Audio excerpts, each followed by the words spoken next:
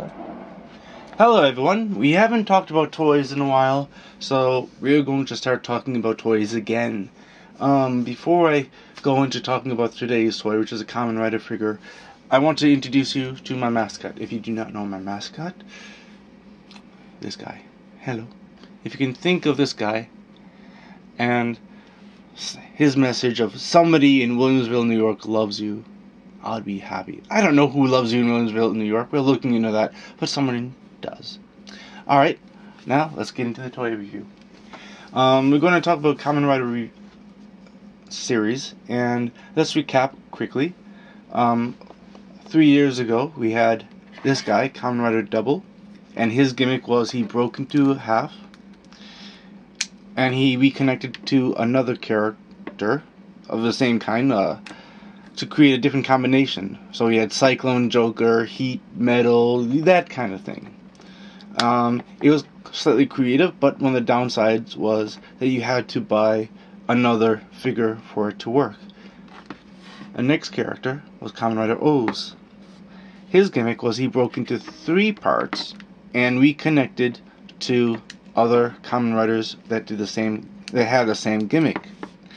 Very interesting, and created some interesting combos, but just like this guy, you had to buy another toy to connect with them, to get the gimmick to work, which can be kind of expensive when each toy is about $20.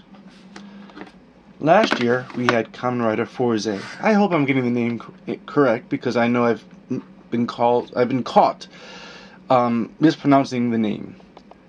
Kamen Rider Forze's gimmick was attaching of accessories at his arms and his legs, and although you didn't really need to buy more figures for the gimmicks to work, each figure came with different sets of accessories. So the more accessories you got, the more creative of a combo you were able to make. Now today we're going to be talking about the new Kamen Rider, and I'm a little behind on my reviews, so this toy came out about last month, October 27th. This is the Kamen Rider Wizard's Flame style figure. Okay. Now before I take a look at the toy itself, let's take a look at the artwork and information put on the package. Okay. Now here we have a little bubble box. There you can see that he has 2 accessories. He has a sword right here, and on the side he has a gun. Okay, we'll go into these accessories later. Here he is holding his gun, kind of doing his action of handshake with a gun. This series, by the way, is called W.A.P, Wizard Action Please, and please is one of the key phrases used in the show. On this sticker price, it shows you the basic price of the asking price of Bandai. They're asking for this toy to be sold for about 2,600 yen, which is in American dollars about $28. But most stores in Japan are selling this for 2,100 yen, which is about $24 in American. On the side, we have his slash strike. And on the other side, we have his kick strike. Now, his gimmick, it has nothing to do with connecting to another figure. His gimmick is actually lighting up, as you see here.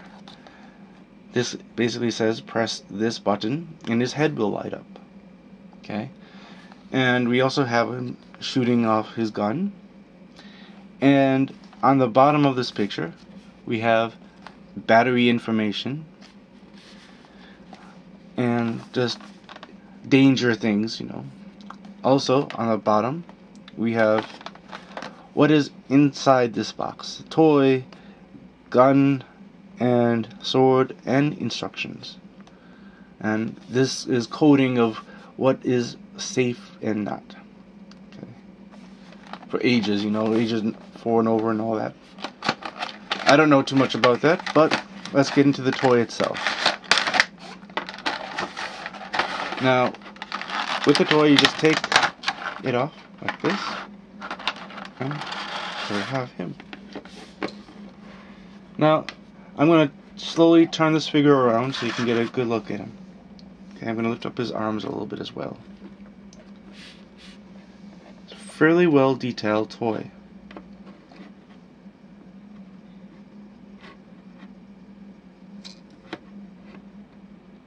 Now, he does come with something to block the batteries, which I'll pull out right now. Okay. A few things of interest that I want to point out is that for size comparison, Forze is taller than Wizard. Which is kind of funny because he is a high school student and this guy is not the high school student. Another thing that's interesting is that this rubber belt, rubber is pretty flexible. Has a fairly nice detail of his chain. On his hands, his rings, first we have the red ring. It's not completely detailed. They could have added a toucher's paint, but then again, it doesn't detract anything. Then on this hand, we have a very blank looking ring.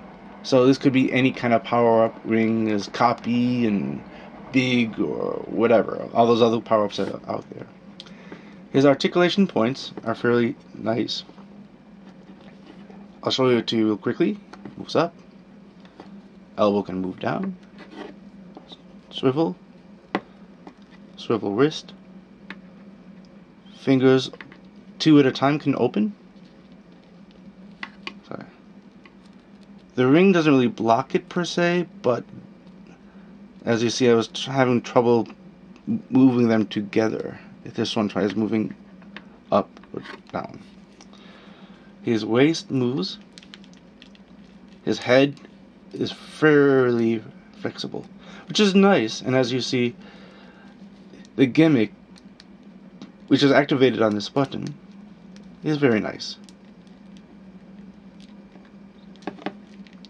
Whereas toys in the past, when they tried doing a light-up feature, the waist or the head or both are fairly stuck in one place. He is very posable in that respect. Unlike the other Kamen Rider figures, his leg is not ball jointed. As you see, it has this different kind of joint that allows him to move up like this and move like this. As you can see, he also has a swivel joint here and here. Like most Kamen Riders, he has a slight space between his ankle and his shin, which adds to the movability of his foot. Now let's take a look at the accessories. First, the sword. The sword does not have any painting, nor has any movable parts. The hand, which is closed, is the only part that's painted, and it does not open. It fits fairly nicely into the hand, as such. Okay. The other weapon does have some paint. Has a little bit of red on this side, and a little of red on this side.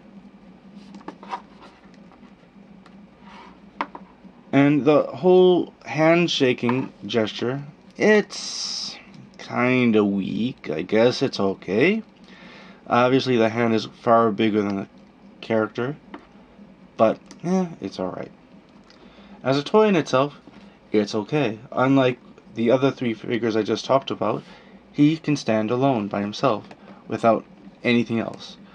The only thing is, it could be kind of annoying to try to play this sword as having a power-up, or that this gun is shooting normally, but beyond that, that's pretty good.